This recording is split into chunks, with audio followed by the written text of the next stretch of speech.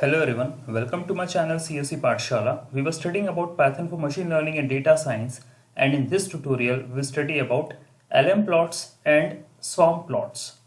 So if we talk about LM plots, it is another plot that is very much popular in Seaborn, and it has been used to plot the scatter plots.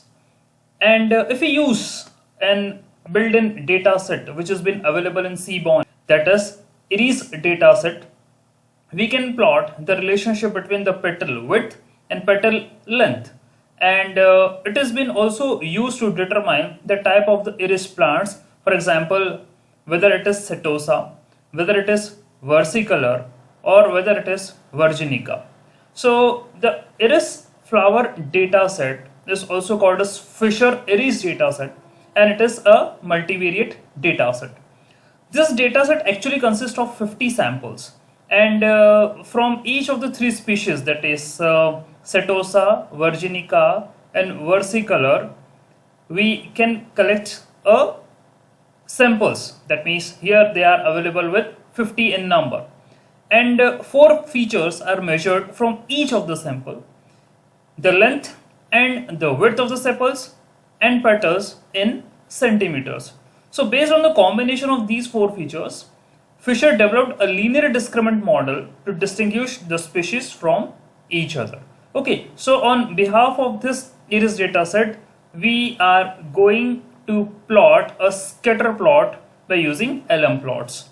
So here is our code. So let's consider it and implement it on Jupyter Notebook. So import Seaborn as SNS. That means we are importing our libraries. The first one is a Seaborn. Then we are importing matplotlib.pyplot as PLT. Okay, so both these are data visualization libraries. And after that, we are loading the Iris dataset, which is already available in our Seaborn package.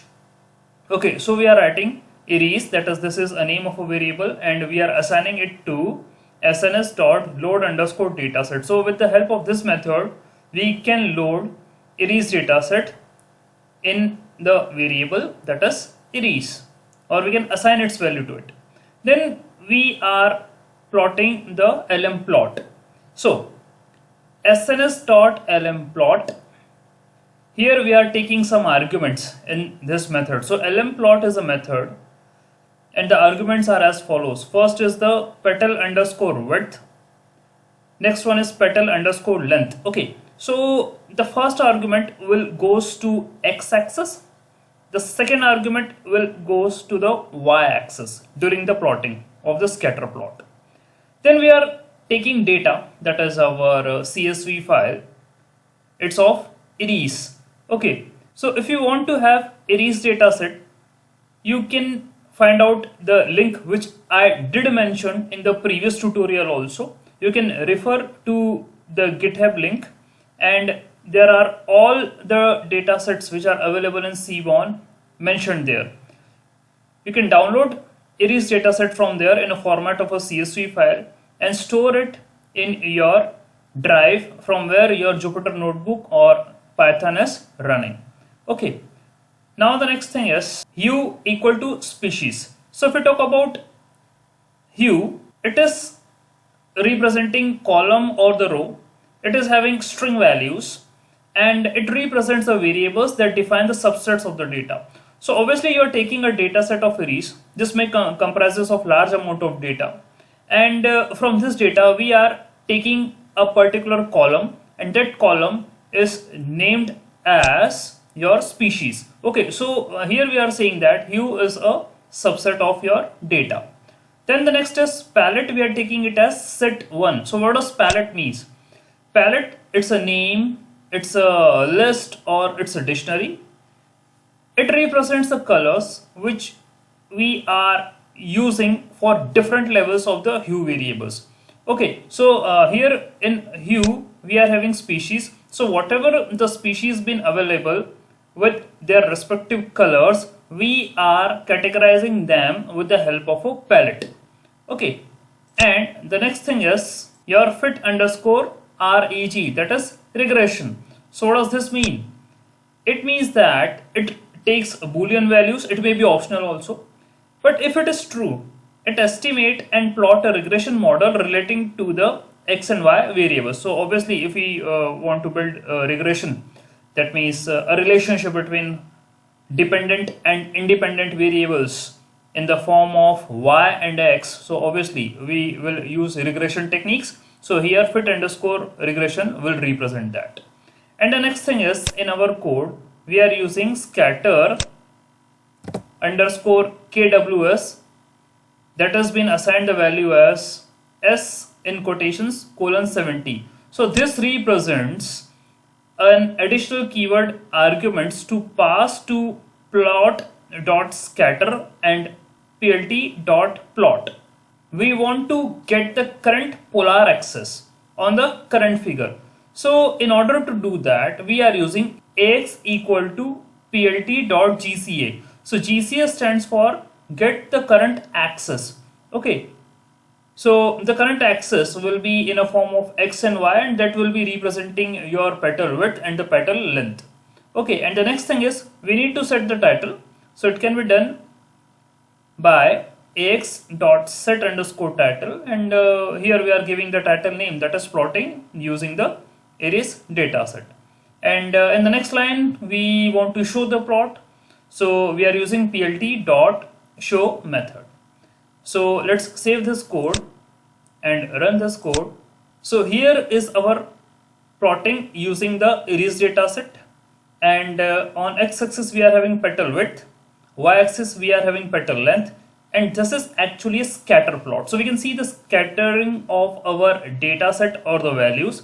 Here green represents Virginica, blue represents versicolor, and the red represents setosa. So these all three species has been distinguished by these colors in a form of a scatter plot at a different point of distribution.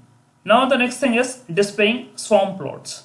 So swarm plots is a categorical scatter plot with non-overlapping values. That means that we can generate a scatter plot with categorical values also. For example, A, B, yes, no, true, false, or any kind of grouping of the categories we can mention here and generate a scatter plot. Actually, it has been useful for discovering the distribution of data points. So let's consider an example with a file named salary.csv, which contains the following content. So here is my salary.csv file. I have mentioned here two columns, that is the gender and the salary. So in gender I mentioned the two groups, that is men and the women, and with respect to the gender I have mentioned the numerical values for the salary. Okay, and I have saved this salary.csv file in my D drive, from where my Jupyter Notebook or Python application has been running. And we want to show the distribution of salaries for men and women. So if we want to perform this task, swarm plot is an ideal fit. So let's consider a code and then we will understand how it works. So the first thing is we need to import all the libraries or the packages which are required. So it starts with the matplotlib.pyplot as plt, and then we are importing seaborn as sns, and then pandas as pd. Okay, so each library has its own motive or the work, and we know about all that as you have referred to my previous tutorials. And the next thing is we are taking sns.set underscore style wide grid. So it means that we are setting the style of our graph or a figure. That means there we will be representing grid in the form of white color. Then we are loading the data. Okay, so data equal to pd.read underscore csv, that is salary.csv. Okay, so with the help of this read underscore csv, which is actually mentioned in pandas library, so we are extracting the salary csv file and converting it into data frame, assigning its value to data. Then we want to plot the swarm plot, and it's been mentioned as sns.swarm plot x, that is this is our first argument and we are giving it as gender. Y, this will be our second argument, we are giving it as salary. So in 2D plane, that means here we will take on x-axis gender and on y-axis we are taking salary, and then obviously we are taking data equal to data, that this means our data frame, and we are assigning it to our variable data. Then the next is ax.plt.gca. Again, we want to get the current access, that is those which we have assigned in the form of gender and salary. So we are taking that by plt.gca, and then we are setting the title by set underscore title, that is a salary distribution. And at the last, we are showing our plot by plt.show. So let's save this code and run this code. This is our salary distribution, and on x-axis we are having gender, on y-axis we are having salary, and actually it represents a difference in the distribution of data points related to the men and the women. And why it has been said the best fit, because it's been quite clear when we are having some certain comparisons of the data. So this scatter plot is very much beneficial. Okay, so here are the data points for the men's salary, and here are the data points for the female salary. Okay, so this figure shows that in this group, even though the women are having higher salary, it has the widest income disparity. So it's quite clear from that the difference. Some of the women is having high salary, but if you talk about other women, they are comparatively less salaries, as been mentioned by a woman having highest salary. So it's a huge difference. It's been visible from this scatter plot. Okay, so that's all for this tutorial.